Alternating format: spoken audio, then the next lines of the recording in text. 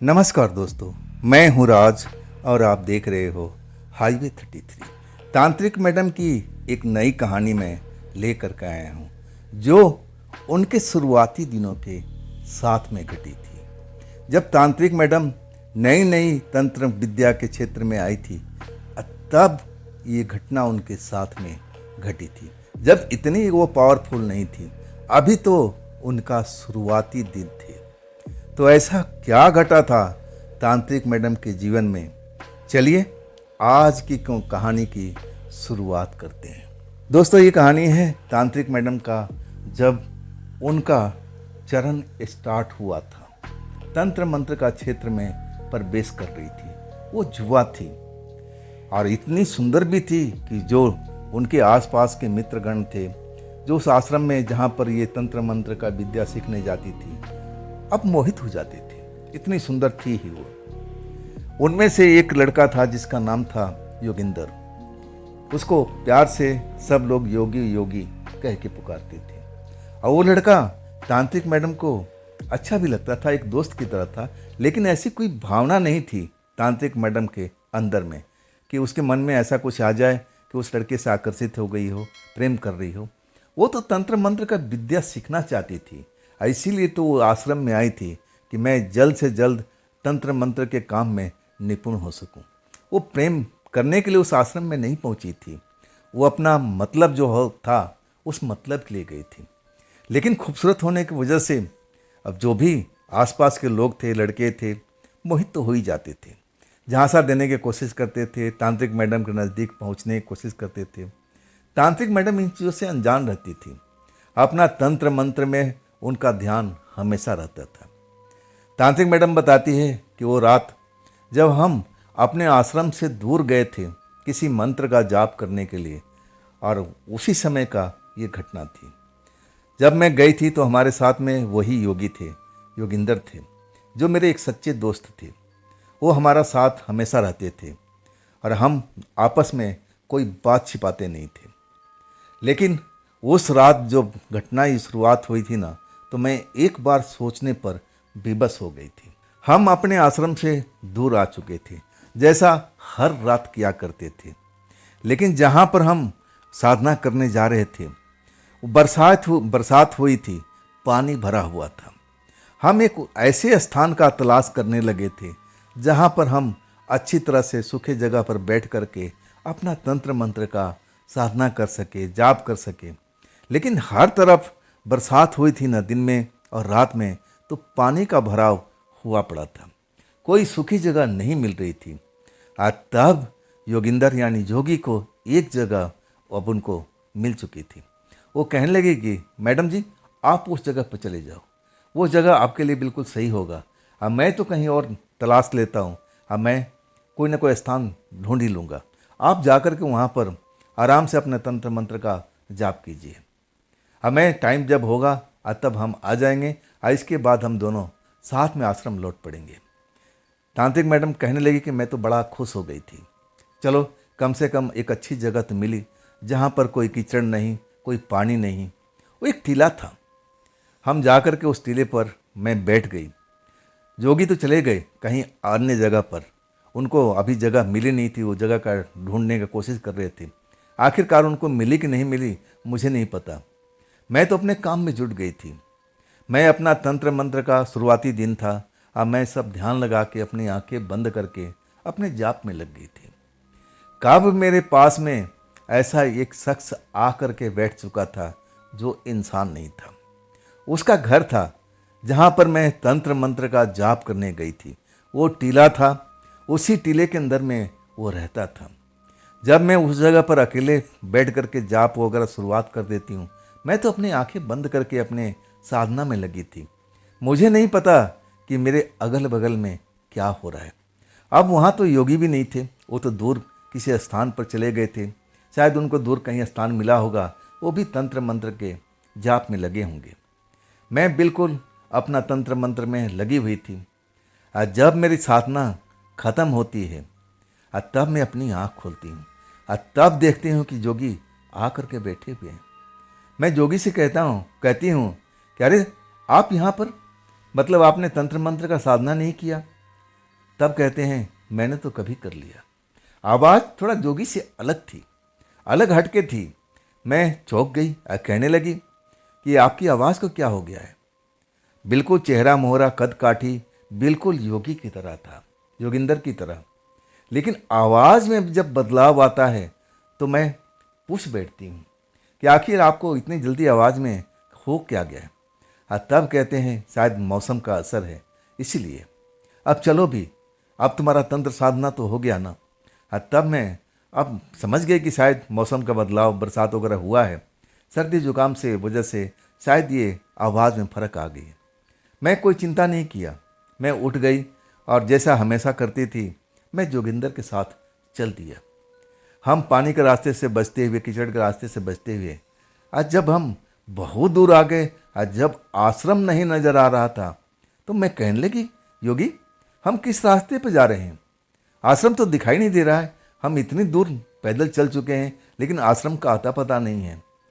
तब जोगी कहने लगी ये नया रास्ता है, चलो हम जल्दी से पहुंच जाएंगे। आखिरकार जब हम चलने लगे, अब ऐसा रास्ता मुझे पहली बार समझ में नहीं आ रहा था कि हम किस रास्ते पर जा रहे हैं। झाड़ियाँ ही झाड़ियाँ, और वो ऐसी जगह थी कि आसपास में कंदरा भी थी, पहाड़ियाँ भी थी। हम ऐसे जगह पर अपना चयन करते थे ताकि वहाँ पर कोई शांति भंग ना हो, अपना तंत्र मंत्र का हम साधना कर सकें। लेकिन जब ऐसी जगह से मैं गुजरने लगी तो मन में संदेह होने लगा। मैं कहती हूँ योगी से, योगी हम कहाँ पहुँचे हैं, तुम लेके कहाँ जा रहे हो, क्या तुम्हें रास्ते का पता है। तब योगी सर हिलाते हैं और कहते हैं हाँ मुझे पता है, बस हम इन जंगल से निकल जाएंगे ना, फिर हम सड़क पर आ जाएंगे, तुम घबराओ मत, मेरे पीछे पीछे आओ। मैं तो हमेशा उनके साथ में चलती थी, वो मेरे अच्छे दोस्त थे, हमारे ध्यान भी रखते थे। अब मैं बिना कुछ लाग लपेट करके उनसे बातें करते हुए चल रही थी। अचानक एक कंदरा आता है, पहाड़ का कंदरा। जब वहाँ पर आ जाते हैं तब मैं कहता हूँ योगी हम इस जगह पर क्यों आए हैं, ये तो कंदरा है, इसमें तो जानवर वगैरह रात में रहते हैं। तब योगी कहते हैं कि देखो मौसम खराब होने वाला है, आसमान की तरफ देखो, अभी बारिश होने वाली है। मैं आसमान की तरफ देखती हूँ तो वाकई में काले काले बादल दिखाई देते हैं। मुझे लगा कि जोगी सही कह रहे हैं। मैं कहती हूँ फिर क्या किया जाए। कहते हैं चलो बारिश को देख लेते हैं, थोड़ी देर हम इस कंदरा में पहुँच जाते हैं, अगर बारिश होती है तो कुछ देर रुक जाएंगे और नहीं तो हम चल पड़ेंगे, डरो मत। मैं हमेशा उनके साथ में रहती थी, आज तक ऐसा कुछ बात नहीं घटी थी, मैं उन पर विश्वास करती थी। मैं बिना लाग लपेट के उस कंदरा में पहुंच जाती हूँ।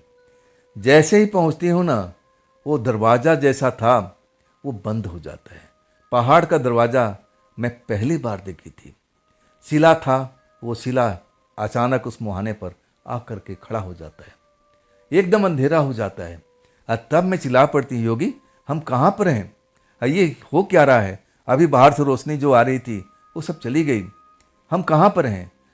तब जोगी हंसने लगे थे, लेकिन उनकी अपनी हंसी नहीं थी, आवाज़ अलग थी। हंसी में अलग ही मुझे सब कुछ महसूस होने लगा था। मैं तंत्र मंत्र में अभी नई नई जो प्रवेश किया था, तो मुझे तो संदेह हो गया था कि दाल में कुछ काला तो है, कहीं हम गलत जगह पर तो नहीं आ गए हैं, जोगी भी फंस गए हो और मैं भी फंस गई हूँ, ये कहीं प्रेत का लीला तो नहीं है।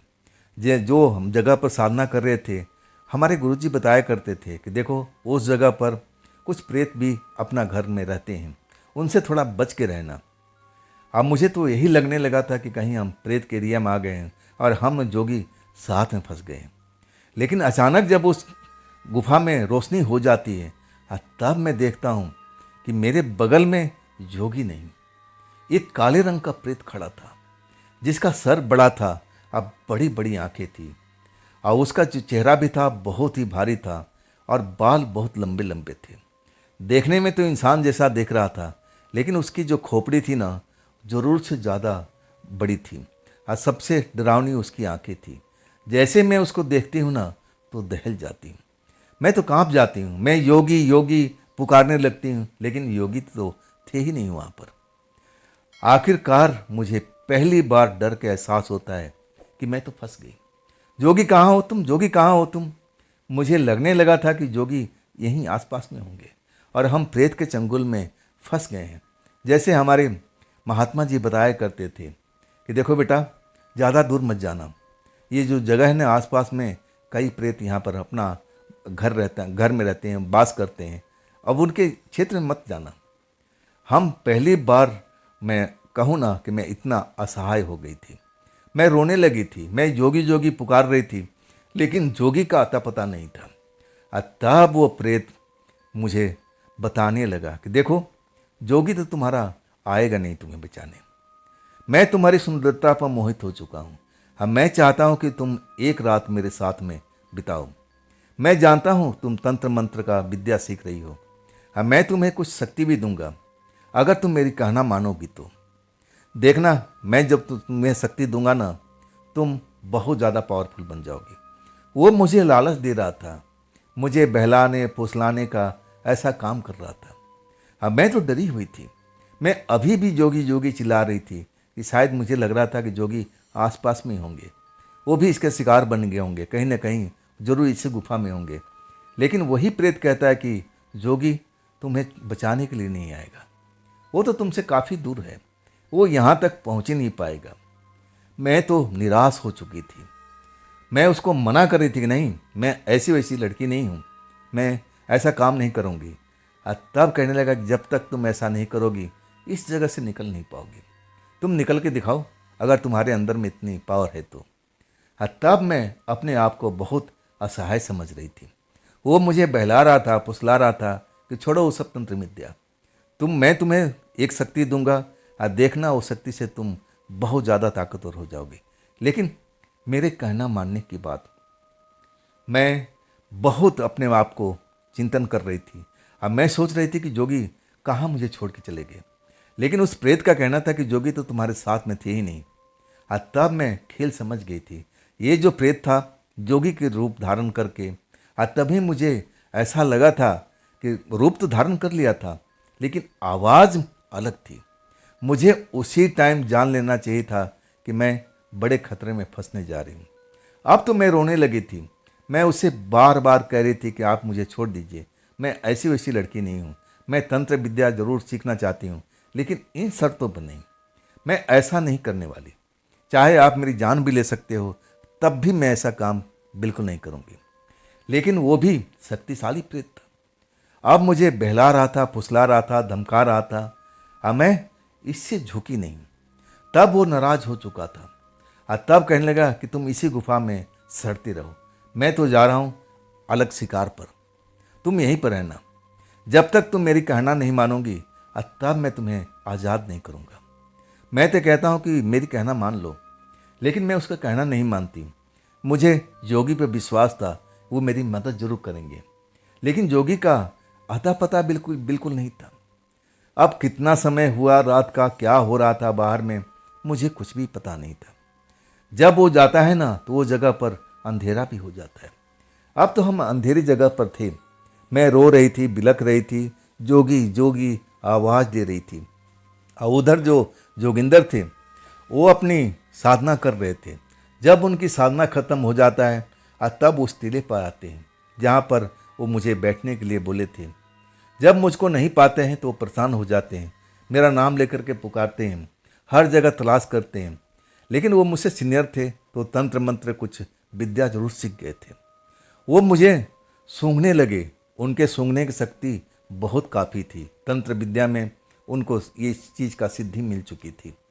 और मुझे सूंघते सूंघते आखिरकार इस गुफा तक, मुहाने तक आ गए थे। लेकिन गुफा का दरवाज़ा बंद था, वहाँ पर नहीं लग रहा था कि यहाँ पर कोई गुफा भी हो सकता है। वो जो गंध थी मेरी यहीं पर आकर के ख़त्म हो चुकी थी। इसके बाद वो चिल्लाने लगे थे, मेरा नाम लेकर के पुकारने लगे थे। जब मैं अंदर से चिल्ला रही थी तब शायद उनको पता चल गया था कि मैं इसी जगह पर हूँ, लेकिन हूँ कहाँ पर उनको पता नहीं चल रहा था। आखिरकार अब अपने जो भी उन साधना जानते थे, जो भी वो जानते थे तंत्र मंत्र जो सीख रखा था, अपना प्रयोग करते हैं। लेकिन इतना शक्तिशाली प्रेत का वो किला था, घर था, अंदर तो पहुंच नहीं पाते, दरवाज़ा खोल नहीं पाता। तब उनको लगने लगा कि अब समय का नुकसान मैं कर रहा हूँ। मुझे जाना चाहिए गुरुजी के पास में, गुरुजी को सब बताना चाहिए और तब गुरुजी मदद कर सकते हैं। और इसके बाद जोगी जी पहुंचते हैं आश्रम में, गुरुजी को सब जानकारी देते हैं और तब गुरुजी मदद करने के लिए चल पड़ते हैं। जब वहाँ पहुँचते हैं ना तो प्रेत सामने खड़ा था। गुरुजी को ललकारता है कि आप यहाँ से चले जाओ, जब तक ये लड़की मेरी कहना नहीं मानेगी मैं इसको आज़ाद नहीं करूँगा। लेकिन गुरुजी भी पहुँचे हुए थे। प्रेत से आमना सामना होता है, तंत्र मंत्र का खेल शुरू हो जाता है। और इसके बाद जो प्रेत है ना वो परास्त हो जाता है, हार जाता है, भाग खड़ा होता है। और तब गुरुजी अपने तंत्र मंत्र से उस दरवाज़ा को खोल देते हैं। मैं अंदर में थी, जब दरवाज़ा खुलता है तो बाहर से रोशनी नज़र आती है और तब मैं भागती हुई आती हूँ। मैं देखती हूँ योगी जी वहीं खड़े हैं और हमारे गुरुजी भी आ चुके हैं।